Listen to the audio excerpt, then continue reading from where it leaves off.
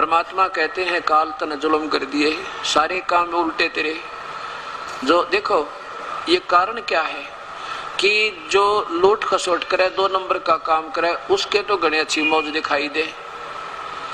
ऐसा क्यों?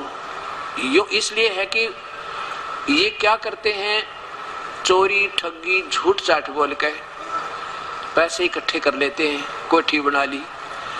और मिलना उनको वही है जो उनके पूरे जीवन में संस्कार थे। वो पैसे इकट्ठे ले लिए, उसने इकट्ठे ले लिए झूठ चाट बोल कर, चोरी करके, जैसे भी किया। और फिर वो इकट्ठा ही एक झटका देगा, क्योंकि परमात्मा ने पूर्ण ने इसको बैलेंस करना है, न्याय तो उसके हाथ में है। तो वो पैसे जो जोड़े थे वो तो नुकसान, वो तो गया, और 10-20 हजार फालतू लग गया, क्योंकि वो कहते हैं ना, वाट लिक्विड कीप्स इट्स लेवल। इसी प्रकार परमात्मा अपने जो नियम को बराबर रखता है। अब और वो पाप रह गए जो के जो इसने इन्होंने लूट लाट के बनाए। तो इसमें ये अब इस कबीर परमात्मा की शरण माने के बाद जो 2 नंबर का काम करेगा वो मार खाएगा, क्योंकि ये परमात्मा पूर्ण है। इसका संविधान ये है कि जो मेरी शरण में तू चल, तेरे सब उन जो पैसा तेरा व्यर्थ जाना था, जैसे किसी ने 2 लाख रुपए लूट लिया कर कई दूर होते घाट बात, और एक बालक बीमार हो गया, 3.5 लाख रुपये लगे। एक ऐसे बताओ था, कहने लगा जी मेरे जो है ना लड़का बीमार हो गया,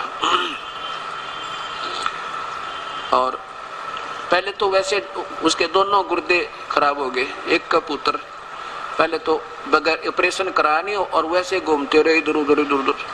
और जब कति जवाब मिल गया ना, सब कभी इन झाड़ी लाने वालों से, देसियों से, लोकल शहरों के डॉक्टरों से, फिर हम पहुंच गए ऑल इंडिया में। वहां कहने लगे इसके दोनों किडनी फेल हैं, एक किडनी देनी पड़ेगी आपने। और जब इसकी बात बने इसी ग्रुप की हो, तो कह रहे थे जी हमने किसी ने ऐसे कोई अपनी किडनी दे दी, उसको 1 लाख रुपया कुछ हमने उसको दिया, लाखों रुपया ऑपरेशन पर लग गया है। और फिर कहने का भाव ये था जी कम से कम 3.5 लाख रुपए उस लड़के का लग गए, और गुर्दा तक काम करने लग गया। 6 महीनों के बाद एक्सीडेंट में मर गया। तरह का जो वही है। अब वो फिर अपनी कहानी बताओ था जी, पाप तो मेरे थे, मेरा अब रोना उन बातों का जो ना करता तो बढ़िया था। किसके लिए किए वो पाप? उस पुत्र की सुरक्षा और उसके भविष्य के लिए ये सुखी रहेगा। वो पुत्र भी ना रहा और पैसे भी गए, और पाप ज्यों के तो रखे अभी तो उसने भोगने पड़ेंगे। कुत्ता बनेगा, कीड़े पड़ेंगे, और टांग टूटेगी, खाज लगेगी, वो तो भाई आदमी कोई ना उसके। अब देखो सत्संग में जो प्राणी आ जाएगा उसके भाग उदय होंगे। हम एक जगह सत्संग कर रहे थे,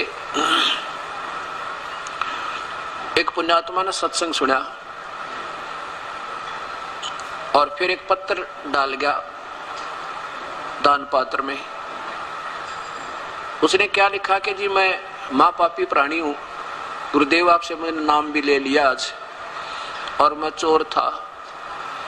मेरी पत्नी 2 बच्चों को छोड़कर और चली गई।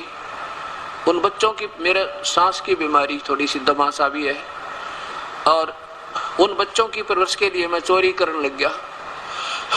चोरी करते करते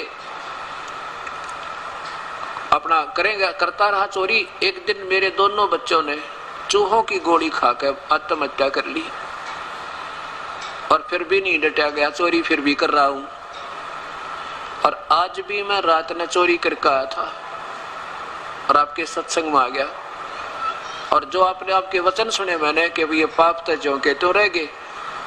अब दास क्या बता, कबीर परमात्मा पूर्ण ब्रह्म की संविधान बताते हैं हम ये दास कि जो रिश्वत लेकर चोरी करके किसी का डाके मार के अगर अपने बच्चों की परवरिश करता है, या 2 नंबर का काम करके मिलावट करके या दूध में पानी गेर के बेचना चाहे, उसने अपने बच्चों को जहर देने की जरूरत नहीं पड़ेगी।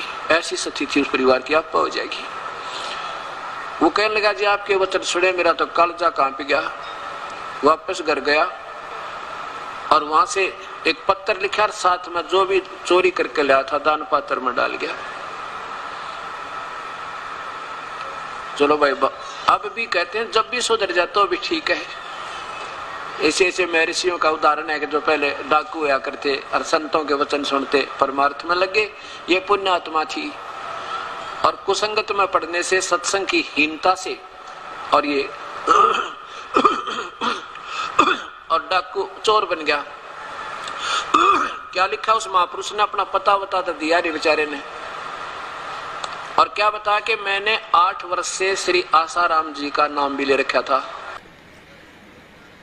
गुरुजी मैं एक बेबस और लाचार व्यक्ति हूँ। लाचार हूँ। मेरी पत्नी 2 बच्चों को छोड़कर किसी दूसरे आदमी के साथ चली गई है और मैं सांस की बीमारी का मरीज हूँ। मेरे पास कमाने का कोई साधन नहीं था, इसलिए बच्चों को पालने के लिए मैंने चोरी करना शुरू कर दिया।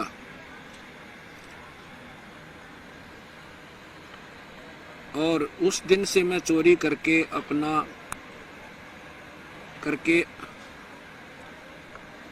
आया था, लेकिन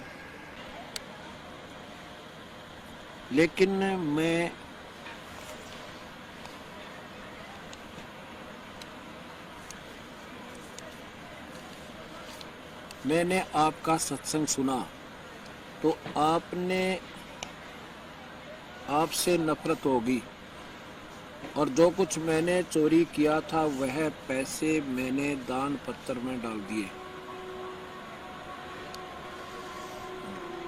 बच्चों ने चूहों की वाली दवाई खाकर मर गए। दोनों बच्चे तो चूहों की दवाई खाकर मर गए। अब गुरुजी मैंने इतने पाप किए, शायद 7 जन्म भी नहीं धुल सकते।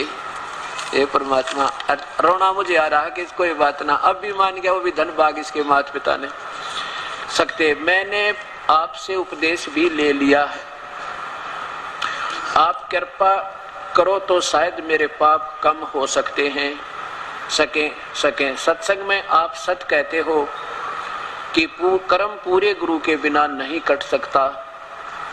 मैंने 8 साल से आसाराम बापू का मंत्र ले रखा था, लेकिन पाप कटने की बजाय बढ़ते ही चले गए। गुरु दया करन मुझ पापी पर भी। प्रणाम गुरुजी, एक दुखी जीव का पत्र। ए परमात्मा, ए बंदी छोड़। अब क्या होता है, पूरे संत के बिना यह शब्द असर नहीं करे।